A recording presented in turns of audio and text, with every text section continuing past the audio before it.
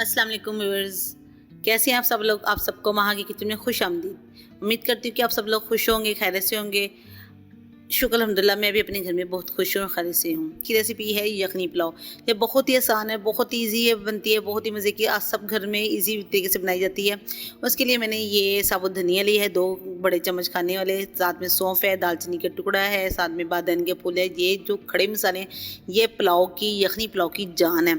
ये मसाले, खड़े मसाले डालना मत भूलिएगा, ये लास्ट में डालिएगा आप लोग, ठीक है। साथ में मैंने 4 से 5 अदद लौंग के लिए 2 बड़ी इलायची ली थी, साथ में थोड़ी सी काली मिर्च साबुत वाली ली थी। प्याज को मैंने मोटा मोटा काट लिया था, लहसुन को मैं ऐसे साबुत ही रख दूँगी, नमक अपने टेस्ट के हिसाब से डाल दीजिएगा। साथ में मैंने थोड़ी सी आधी चौड़ी चम्मच हल्दी इसके अंदर ऐड कर दिया। मैंने हड्डी वाला गोश्त लिया है क्योंकि इससे पुलाव बहुत ही मज़े का बनता है। जब ये यखनी पक जाएगी तो मैं इसका हड्डियाँ निकाल दूँगी, ठीक है। चलते हैं दूसरी तरफ। जब तक यखनी बनती है हम दूसरे स्टेप की तैयारी कर लेते हैं, ठीक है। ये 3 से 4 अदद मैंने प्याज का लिए हैं, उसे बारीक काट लिया है। साथ में लहसुन अदरक का पेस्ट है उसे लिया है। अब थोड़े से 2 से 3 अदद नींबू थे, 1 प्याली दही की थी।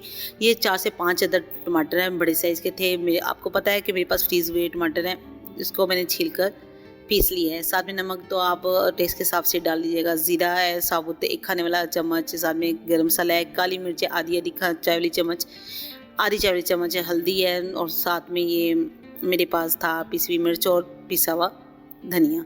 और ये यखनी का जो लहसुन है वो मैंने आपको भी दिखाया है, ये भी इसके अंदर मैं डालूंगी। और कैसे डालूंगी ये मैं आपको बाद में बताऊंगी। एक देचकी ले लिए, इसके अंदर मैंने कुकिंग ऑयल डाल दिया। मैं इसके अंदर कम कुकिंग ऑयल डालूंगी क्योंकि यखनी के अंदर ऑलरेडी बहुत सारा घी उसके ऊपर आ चुका हुआ है, तो इसलिए मैं इसमें कुकिंग ऑयल कम ऐड करूँगी।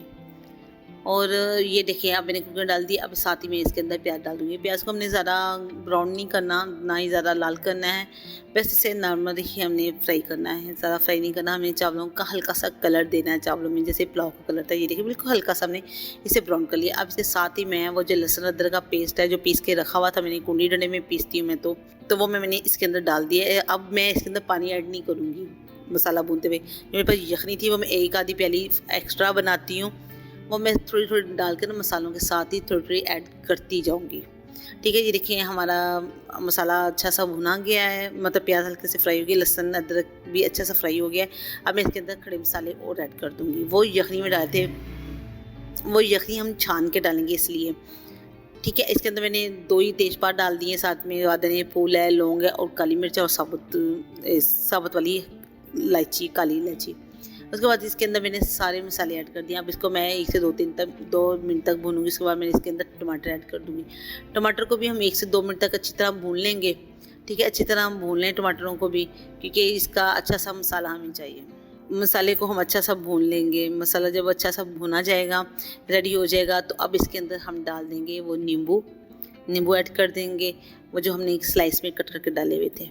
बहुत ही मज़े का ये यखनी पुलाव बनकर रेडी होता है, बहुत ही मज़े का। आप यकीन करें सब लोगों को आता है, सब लोग अपने किस हिसाब से पकाते हैं वो मुझे कमेंट बॉक्स में ज़रूर बताइएगा कैसे बनाते हैं। मगर मैं ऐसा यखनी पुलाव बनाती तो बहुत ही मज़े का मेरा यखनी पुलाव बनता है।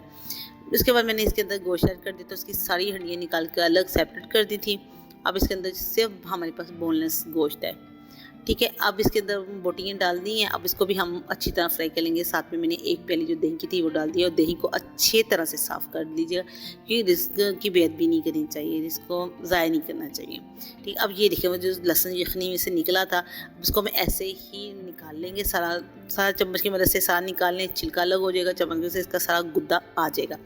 चाहे तो आप इसको रख लें ऐसे ही, चावलों में डाल दें चावलों में डाल लें, तो अब इसे ऐसे रख लें। इसके अंदर थोड़ी सी कुटी मिर्च डाल दें, जिससे ब्रेड पर लगा लें, गार्लिक ब्रेड बन जाएगी आपकी। पराठे के ऊपर लगा लें, ये गार्लिक वाला पराठा बन के रेडी हो जाएगा। बहुत ही मज़े का बनता है, मैंने बहुत मरतबा ट्राई किया हुआ है। इंशाल्लाह आपके साथ उसकी रेसिपी भी शेयर करूँगी, ठीक है। इसको मैंने जो गुद्दा जो लहसुन का था वो भी मैंने इसके अंदर ऐड कर दिया, और इसको भी मैं भून लूँगी, ठीक है, भून लूँगी। अगर आपको मेरी ये वाली रेसिपी अच्छी लगे, लाइक और शेयर ज़रूर कीजिएगा। ये देखिए ये कितना यखनी हमारी तैयार हुई थी। ये देखिए कितना सारा इसके ऊपर घी आया हुआ है, इसलिए मैंने इसके अंदर चावलों के अंदर कम घी डाला है, क्योंकि अगर हम बराबर घी डाल देंगे ना जितना हम चावलों में डालते हैं, तो हमारे चावल चिपचिपे से हो जाएंगे। हमें वैसे चावल नहीं चाहिए, बहुत ही अच्छे चावल पकते हैं, बहुत ही टेस्टी चावल बनते हैं। ठीक है, मगर आप लोगों से एक दरख्वास्त भी थी कि आप लोग जो सैलाब में मुतासर हुए हैं लोग, उन सब की मदद करें। मेरी आप सबसे अपील है कि उन लोगों की मदद की, क्यों ना हम लोग सब मिलके उन लोगों की मदद करें। हम तो अपने घर में बड़े सुकून से, बड़े आराम से बैठे हुए हैं, हमें कोई टेंशन नहीं है, हर चीज़ हमें अवेलेबल है, हमें मिल रही है, हमारे लिए हर चीज़ घर पे मौजूद है। क्यों ना हम अपने ही घर से ही शुरू करें। हमारे हुक्मरान ऐसे हैं कि वो कुछ भी नहीं करे, हम जैसे लोग हैं जो उनकी मदद कर रहे हैं। हमें चाहिए कि हमें उनकी मदद करनी चाहिए, उनका एहसास करना चाहिए। क्यों ना कम 1 किलो चीनी ही से क्यों ना शुरुआत करें, ठीक है ना।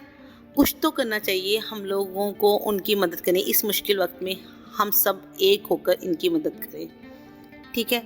अगर आपको मेरी ये बात अच्छी लगे तो मुझे कमेंट बॉक्स में ज़रूर बताइएगा, और कौन कौन क्या दे रहा है, क्या खैरात कर रहा है, मुझे ज़रूर बताइएगा, ठीक है। ये बात ये नहीं है कि ये शो ऑफ करने की वाली बात नहीं है, ये हम एक दूसरे का दुख महसूस करने वाली बात है कि उनके दुख में हम लोग भी शरीक हैं, उनके साथ बराबर खड़े हैं। उन परेशान नहीं होने देना उन्हें इस मुश्किल वक्त है। ये हमारा अपना मुल्क है, इस मुश्किल वक्त में हमने ही एक दूसरे का साथ देना है, ठीक है। बाकी जो हुक्मरान हैं आपको तो पता ही है वो कैसे हैं, ये बात आपसे छुपी हुई तो है ही नहीं कि हमारे हुक्मरान कैसे हैं, ये कैसे इन लोगों के साथ इन्हें पहुंच भी रही है इमदाद के नहीं पहुंच रही, ठीक है। चलते हैं बाकी बकाया की रेसिपी की तरफ। देखिए, चावल पानी मैंने इसके अंदर ऐड कर दिया था, जब मसाला अच्छी तरह भुना गया था, यखनी ऐड कर दी थी। उसके बाद जो चावल मैंने भिगो कर रखे हुए थे उसको मैंने इसके अंदर डाल दिए हैं। 5 मिनट तक हम इसे तेज़ आंच पर पकाएंगे, उसके बाद हम इसे हल्की आंच कर देंगे। ये देखिए, सारे चावल मैंने इसके अंदर डाल दिए हैं। अब 5 मिनट में हम इसे तेज़ आंच पर पकाएंगे।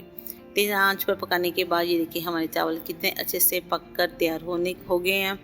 जब सारा पानी ड्राई हो जाए, सारा पानी अब ड्राई हो गया है, बहुत अच्छी तरीके से सारा पानी ड्राई हो गया। अब मैं इसको ढक्कन लगा के रख दूँगी, तो हम 15 मिनट के लिए दम पर रख दीजिए। दम पर रखने के बाद ये लीजिए, हमारे मज़ेदार यखनी पुलाव बनकर, बीफ यखनी पुलाव बनकर तैयार हो गया है।